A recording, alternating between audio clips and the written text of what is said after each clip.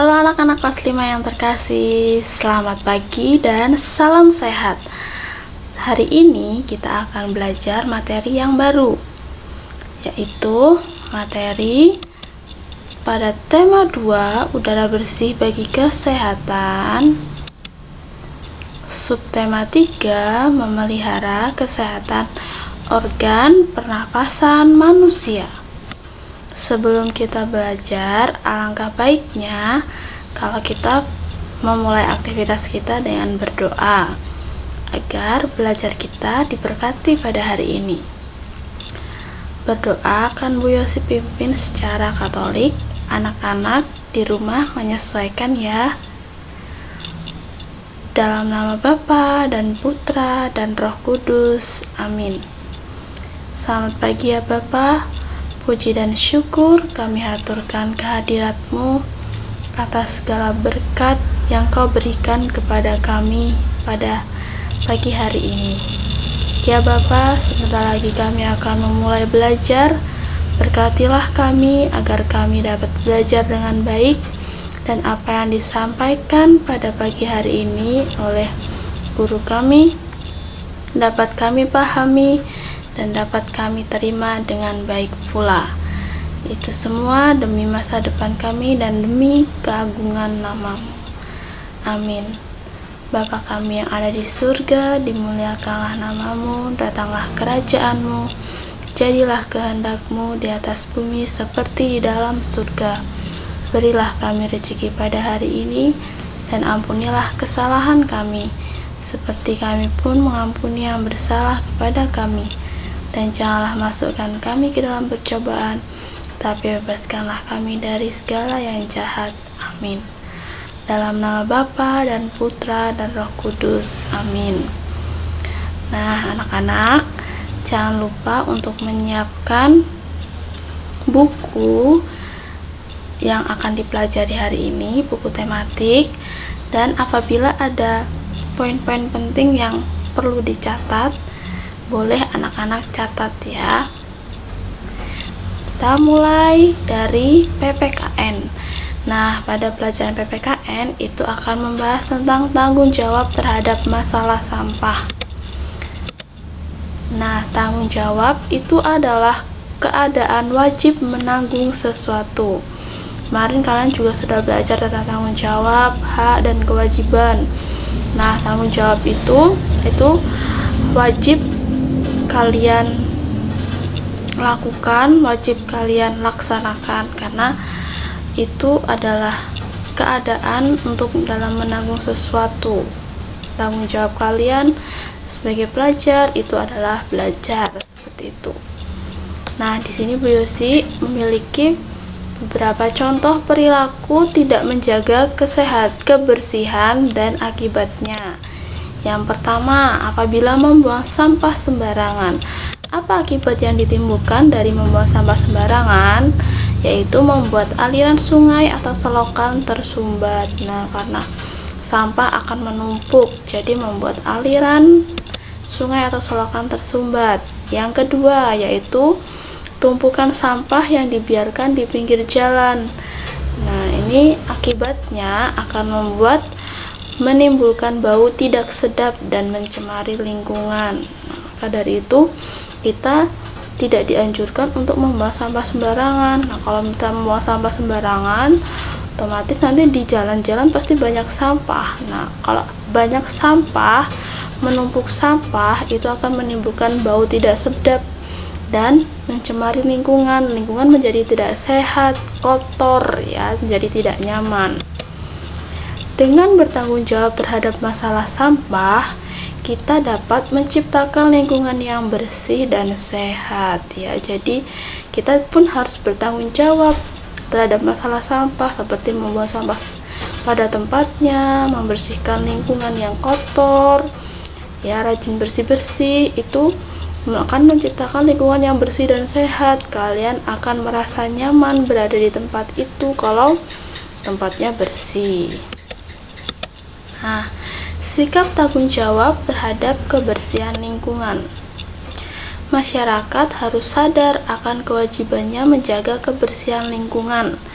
Misalnya, Yang pertama, tidak membuang sampah sembarangan. Yang kedua, menjaga kebersihan lingkungan. Yang ketiga, mengikuti kerja bakti membersihkan lingkungan. Nah, ini adalah kewajiban dan tanggung jawab masyarakat dalam menjaga kebersihan lingkungan. Contoh hasil sikap tanggung jawab terhadap kebersihan di masyarakat adalah, apabila kita melaksanakan kewajiban untuk menjaga kebersihan lingkungan, maka ada hasilnya. Apa itu hasilnya? Yang pertama, lingkungan menjadi bersih dan nyaman. Yang kedua, terhindar dari penyakit. Yang ketiga, timbul kepedulian. Dan yang keempat, kehidupan masyarakat menjadi harmonis. Itu adalah hasil dari sikap tanggung jawab terhadap kebersihan lingkungan di masyarakat. Nah, ini ada gambar tumpukan sampah. Bagaimana reaksi kalian apabila melihat tumpukan sampah ini? Yang pertama, pastikan jijik kan, kotor, kotor, bau. Pasti akan menimbulkan rasa tidak nyaman. Ini sampah yang menumpuk ini harus dibersihkan supaya tidak menimbulkan bau, tidak menimbulkan penyakit karena kotor tadi. Dibersihkannya harus dengan penuh tanggung jawab, harus mau dengan dibersihkan sampai bersih, jadi tidak ada sampah lagi. Selanjutnya, tanggung jawab di rumah, sekolah, dan lingkungan masyarakat. Ini kalian punya tanggung jawab di rumah, di sekolah, ataupun di masyarakat. Apa saja itu? Tanggung jawab di rumah. Yang pertama, tanggung jawab di rumah itu membantu pekerjaan orang tua di rumah. Misalnya kalian bisa membantu pekerjaan yang ringan, misalnya menyapu atau membersihkan meja, mengelapi jendela. Yang kedua, ikut menjaga kebersihan dan kerapian rumah. Apabila setelah bermain dikembalikan pada tempatnya, contohnya seperti itu. Dan melaksanakan semua aturan yang telah dibuat dengan baik. Jadi kalian juga harus melaksanakan aturan yang ada di rumah. Misalnya kalau sore tidak boleh bermain hingga malam hari, itu harus ditaati ya. Apabila ada peraturan di rumah harus ditaati. Lalu tanggung jawab di sekolah, apa saja itu? Yang pertama, ikut menjaga kebersihan lingkungan sekolah. Jadi lingkungan sekolah itu harus dijaga benar-benar tetap bersih ya, supaya kalian belajarnya dengan nyaman, menjadi nyaman. Apabila lingkungannya kotor, pasti kalian menjadi tidak nyaman dalam belajar. Lalu ikut membantu menciptakan suasana belajar yang nyaman. Ini maksudnya suasana belajar di dalam kelas. Tidak boleh ramai sendiri. Nanti kalau ramai sendiri, pasti teman-teman yang lain yang belajar dengan sungguh-sungguh akan terganggu. Yang ketiga, melaksanakan semua peraturan yang ada di sekolah dengan baik. Lalu, tanggung jawab di lingkungan masyarakat. Ini tanggung jawab kalian di lingkungan masyarakat. Yang pertama, ikut menjaga kebersihan lingkungan. Yang kedua, ikut menjaga keamanan lingkungan sekitar. Yang ketiga, melaksanakan semua aturan yang berlaku di lingkungan masyarakat. Ini semua tanggung jawab ini harus kalian laksanakan dengan penuh tanggung jawab juga, dengan sungguh-sungguh, agar tercipta hidup yang aman, tentram, dan nyaman. Selanjutnya kita akan belajar bahasa Indonesia. Apa yang kita akan belajar di bahasa Indonesia? Yaitu tentang menemukan informasi dan kosakata baru dalam teks. Dalam menemukan informasi, kemarin kan sudah dibahas. Kita dapat menemukan informasi itu melalui kata tanya, membuat kalimat tanya menggunakan kata tanya. Kata tanya dapat digunakan untuk menemukan informasi dalam teks. Apa saja sih kata tanya itu? Yang pertama ada kata tanya apa. Itu digunakan untuk mengetahui informasi tentang suatu hal atau benda. Yang kedua, kata tanya di mana. Di mana itu untuk mengetahui informasi tempat. Yang ketiga, kata tanya kapan untuk mengetahui informasi waktu. Yang keempat, kata tanya siapa untuk mengetahui informasi pelaku atau tokoh atau nama orang. Kata tanya yang kelima itu mengapa untuk mengetahui informasi alasan suatu hal. Yang keenam, kata tanya bagaimana itu untuk mengetahui informasi tentang proses atau penjelasan sesuatu. Ya, kita mengulang kembali. Nah, ini ada sebuah teks, mari kita baca dengan seksama. Kabut asap merupakan asap dan kabut yang bercampur menjadi satu. Kabut adalah uap air yang berkondensasi atau mirip awan yang melayang di dekat permukaan tanah. Sementara asap adalah uap hasil pembakaran. Oleh karena itu, kabut asap termasuk dalam pencemaran udara. Dampak negatif kabut asap yaitu masalah kesehatan pernapasan atau iritasi mata, hidung, dan tenggorokan. Untuk mengurangi dampak kabut asap, penggunaan masker dan kacamata sangat disarankan. Masker dan kacamata berguna untuk melindungi pernapasan dan mata selama beraktivitas di kawasan yang terkena dampak pencemaran kabut asap. Nah, dari bacaan ini kita bisa menemukan informasinya. Apa saja informasinya yang bisa kita peroleh? Nah, kita peroleh informasinya itu dengan kalimat tanya. Contohnya ini, dengan kata tanya apa, kita bisa membuat pertanyaan apa yang dimaksud dengan kabut asap. Nah, tadi di dalam bacaan itu ada jawabannya. Kabut asap merupakan asap dan kabut yang bercampur menjadi satu. Nah, dari kata tanya siapa, kita mendapatkan pertanyaan. Siapa saja yang disarankan untuk menggunakan masker dan kacamata saat terjadi kabut asap? Nah, di dalam bacaan ada jawabannya, yaitu warga yang tinggal di kawasan yang terkena dampak pencemaran kabut asap. Jadi jawaban yang kita peroleh ini pasti ada di dalam bacaan ya anak-anak. Lalu kata tanya bagaimana? Pertanyaannya, bagaimana cara mengurangi dampak kabut asap bagi manusia? Jawaban yang diperoleh di dalam bacaan yaitu kita dapat menggunakan masker yang berguna untuk melindungi pernapasan. Nah, selain kita memperoleh informasi, pasti kita juga menemukan kosakata baru atau kata-kata yang belum pernah kita dengar sebelumnya atau jarang kita dengar. Yaitu yang pertama kabut, kedua kondensasi, tiga asap, keempat pencemaran, kelima dampak, keenam iritasi, ketujuh kawasan. Nah, kosakata-kosakata baru ini bisa kita cari di dalam Kamus Besar Bahasa Indonesia untuk mengetahui artinya. Kabut itu artinya apa? Kondensasi itu artinya apa? Supaya lebih memahami bacaan dalam suatu teks. Selanjutnya, selain itu, informasi-informasi penting yang ada di dalam teks itu bisa kita tandai. Bagaimana caranya?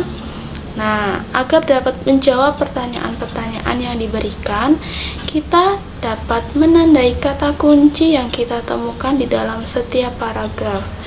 Karena setiap paragraf itu pasti ada kata kuncinya. Kata kuncinya ada di mana? Kata kuncinya ada di kalimat utama.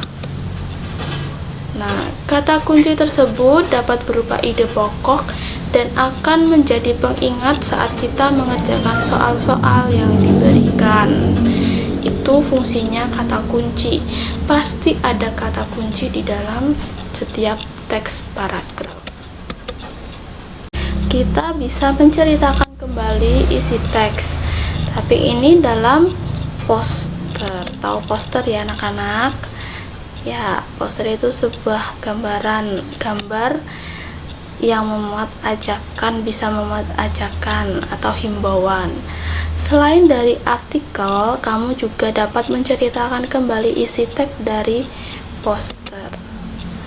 Nah, berikut hal-hal penting yang perlu diperhatikan dalam menceritakan kembali isi teks. Antara lain, yang pertama, menyampaikan informasi teks dengan bahasa sendiri.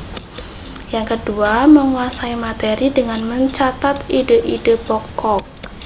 Yang ketiga, menjelaskan secara terperinci. Yang keempat, pengucapan harus jelas dengan intonasi yang tepat.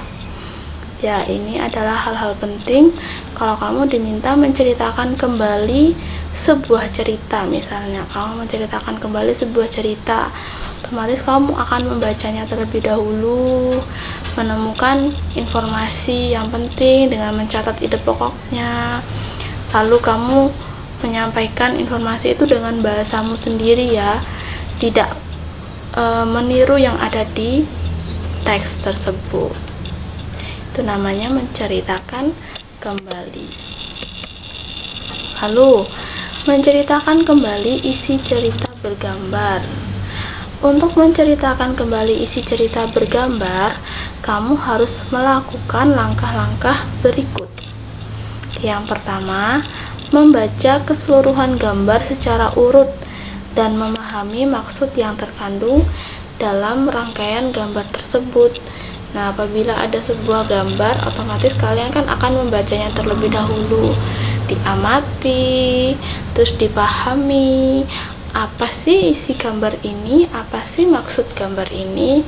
Nah, setelah kalian memahami, lalu menandai informasi yang terdapat pada ucapan atau tulisan pada gambar cerita tersebut.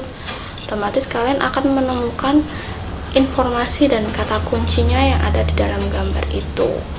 Lalu setelah itu kalian bisa menceritakan kembali isi dari cerita bergambar tersebut.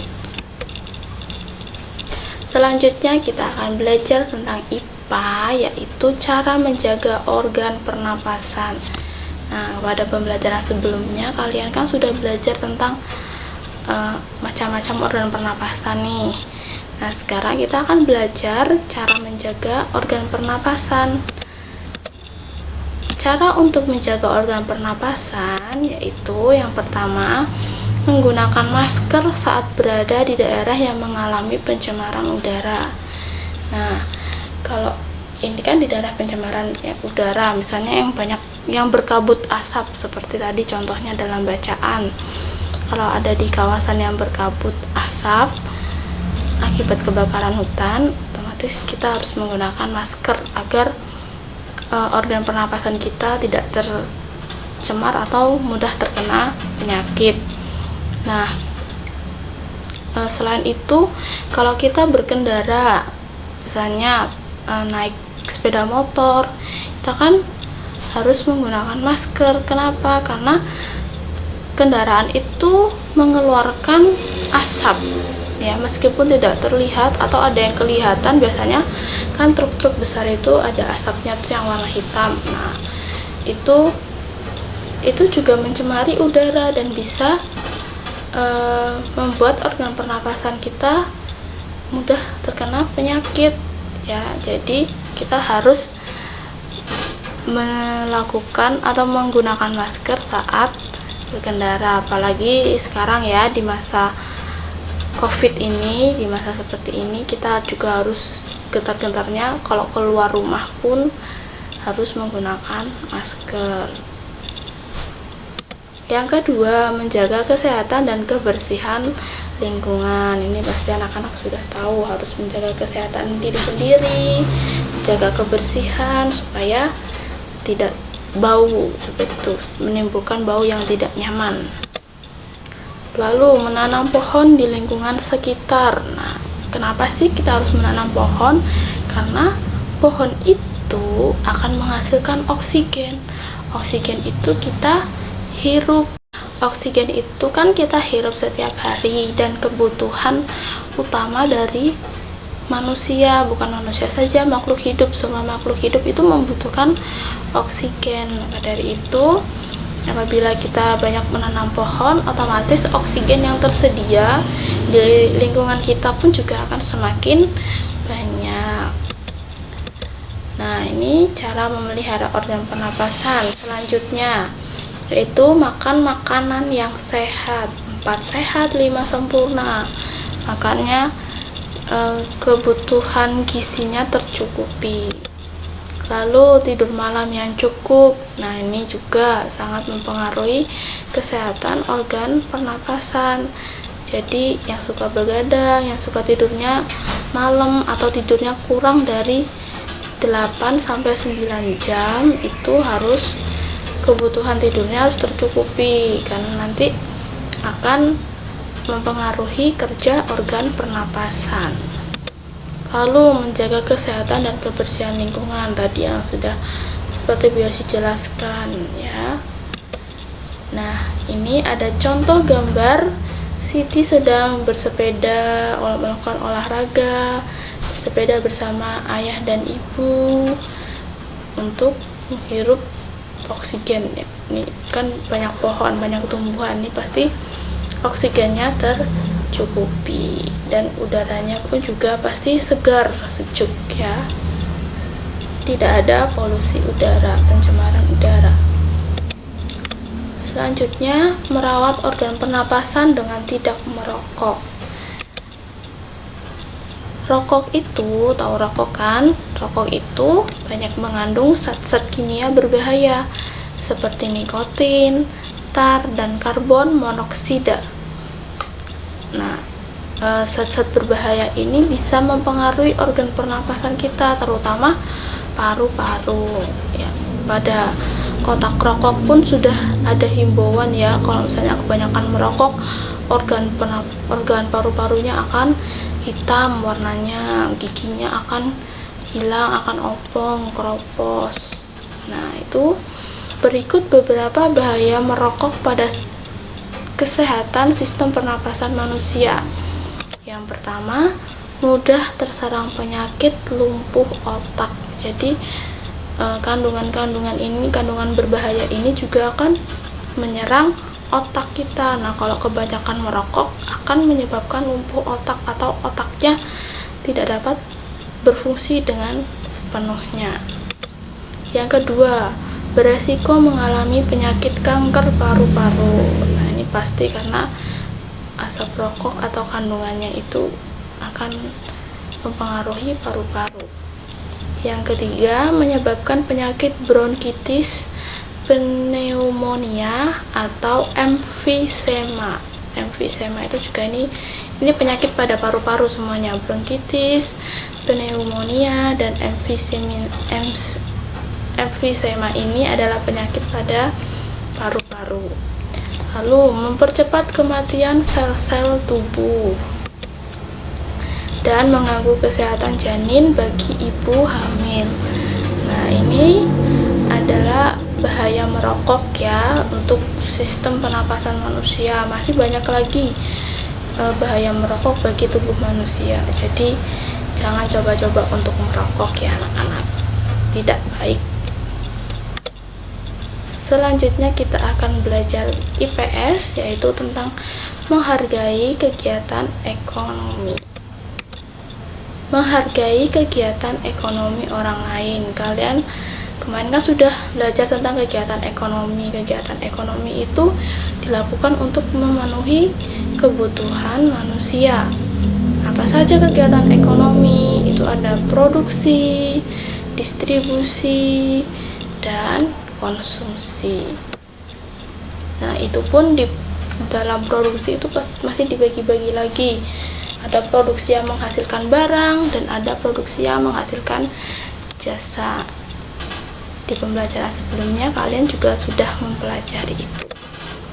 Nah, sebagai makhluk sosial, kita membutuhkan orang lain untuk memenuhi kebutuhan yang tidak bisa kita hasilkan. Keterlibatan orang lain dalam kegiatan ekonomi dapat kita temukan pada tahap produksi, distribusi, dan konsumsi.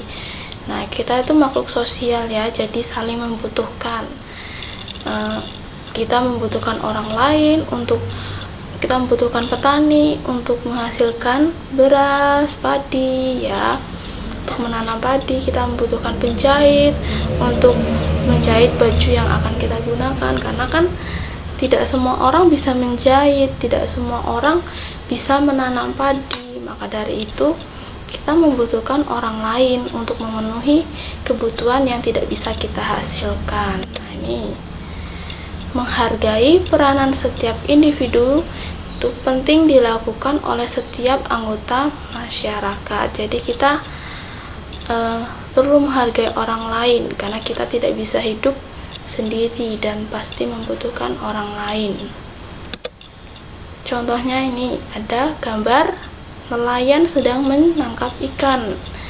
Nah, nelayan berperan pada kegiatan ekonomi dalam hal produksi, karena dia menghasilkan ikan atau menangkap ikan di laut. Nah, ikan di laut itu nanti dijual di tempat pelelangan ikan. Setelah itu dari tempat pelelangan ikan nanti didistribusikan ke pasar. Setelah didistribusikan ke pasar, lalu dibeli oleh orang tua kalian, dimasak, dan akhirnya kalian bisa menikmati ikan ya.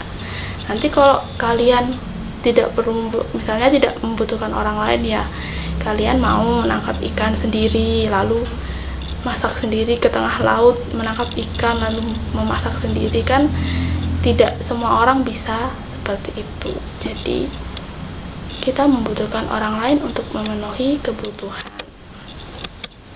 Nah, berikut cara menghargai usaha orang lain. Yang pertama, tidak merendahkan usaha orang lain. Tidak boleh saling mengejek usaha orang lain.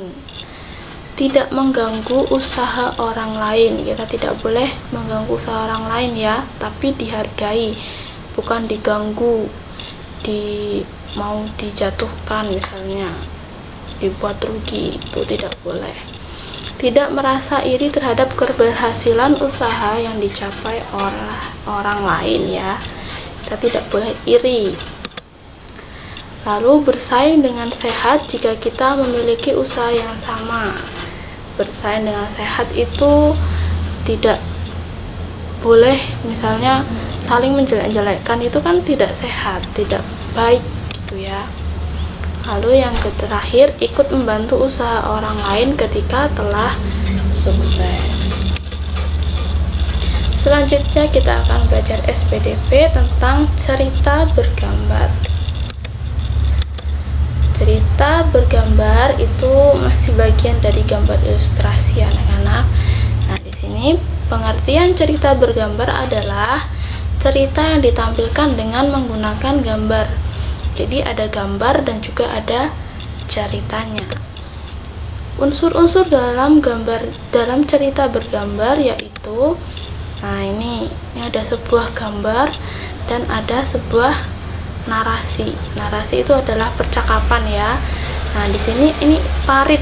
Ini kayak seperti figura ini ya. Garis batasnya itu namanya parit. Lalu ada balon kata. Lalu ada ilustrasi. Ilustrasi itu yang menggambarkan keadaan tempat, suasana seperti itu. Lalu ada panel. Panel itu nih gambarnya, atau bagian yang digambar, daerah yang digambar. Narasi itu berisi keterangan tentang latar tempat, waktu, atau situasi. Nah, di sini ada narasi, berisinya latar tempat, yaitu UKS tempatnya. Situasinya di sekolah, karena ini menggunakan baju yang sama, pasti ini seragam. Nah, berikutnya langkah-langkah membuat cerita bergambar. Yang pertama yaitu menentukan tema atau gagasan dari ilustrasi yang akan kita buat. Yang kedua, menentukan objek yang ingin digambar, yang pasti sesuai dengan temanya ya. Yang ketiga, membuat sketsa dengan menggunakan pensil. Yang keempat, tambahkan detail pada sketsa sehingga gambar lebih sempurna. kelima, setelah sketsa selesai, tebalkan dan warnai dengan menggunakan spidol atau pensil warna atau krayon atau cat air digunakan untuk mewarnai.